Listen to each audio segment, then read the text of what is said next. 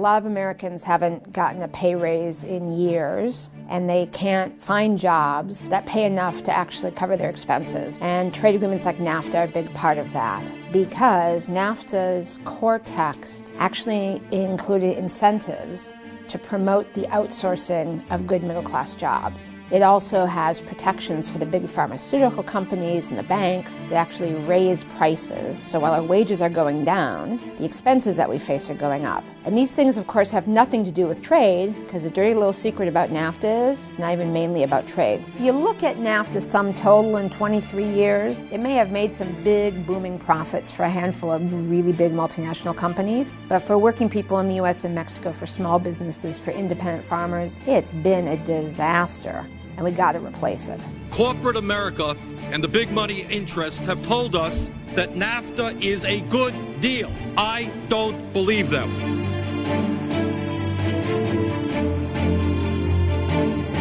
In a few moments, I will sign the North American Free Trade Act into law. If President Trump fails to get a new NAFTA that actually raises standards and wages in the three countries, there's still going to be a big pull for companies to leave for Mexico. Wages in Mexico right now are 9% lower than they were before NAFTA started. We are on the verge of a global economic expansion that is sparked by the fact that the United States at this critical moment decided that we would compete, not retreat. The American worker and family farmer should not be asked to compete against the desperate people of Mexico who are forced to work for a minimum wage of 58 cents an hour. So the manufacturing workers in Mexico now get paid between $1.50 and $1.80 an hour. We need them to get a raise, not just because it's the morally right thing, because that's what's necessary to stop the draw of U.S. jobs to Mexico. As you all know, when Donald Trump campaigned for president, he promised that he was going to stop corporations from shipping American jobs to Mexico and other low-wage countries, that he would renegotiate NAFTA and other trade deals to make them much better for American workers. But as we speak,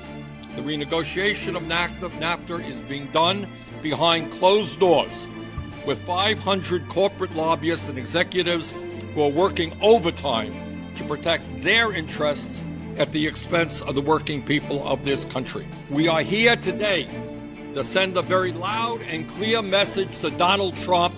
For once in your life, keep your promises. The heat's really on for President Trump to succeed in getting a new deal. He campaigned across the Midwest. Part of the reason he's here is promising people he would fix our trade mess. Bernie Sanders and other progressives in the Senate and in the House and labor unions, the environmental and consumer groups have been saying it's a damn mess for decades. So we definitely need a new policy. The problem is, so far, the Trump administration has been mainly talk and not a lot of action. All talk, no action. One of President Trump's promises was on day one, he was going to do something to try and get the China trade deficit back in whack. And that's a huge honking deficit of over $300 billion. They've done nothing. And in fact, they explicitly flip-flopped on the promise to do something on China currency that was supposed to happen in day one. What we need really is a transformation in these renegotiations. So here's what would be in a progressive trade agreement. First of all, start with NAFTA. Take out all the incentives for outsourcing. NAFTA has investor rules that make it cheaper and less risky to outsource jobs. It has rights to outsource jobs and still get government contracts, basically throwing out Buy America. So you can make it there and still sell it to the U.S. government. You can have Chinese inputs, pretend it's American-made, and sell it under NAFTA. All of those incentives to do the wrong thing have to be removed. Then you got to put in the stuff that's missing. And this is true of all of our trade agreements, because they all have the same garbage. It's the same model. NAFTA hatched the whole lot of them. So then you have to add the stuff that's missing, like labor standards that are based on the fundamental international standards of the International Labor Organization, environmental standards based on the existing multilateral environmental agreements, and they have to have swift and certain enforcement. Even when there have been standards in these agreements, they have not been enforced. That has got to end. The agreement going into effect has to be conditioned on all the countries actually meeting those rules. That's the only way we're going to raise wages. And then we also need to make sure that the agreement doesn't overstep what should be in agreements. This is true of all of our trade agreements. There can be great benefits in expanded trade. We have to get the rules right. So take out the corporate goodies, put in the floor of decency, and remove all the corporate protectionism that's now hitching a ride in the name of trade agreement. On this issue, the need for fair trade rather than unfettered free trade. The American people are with us.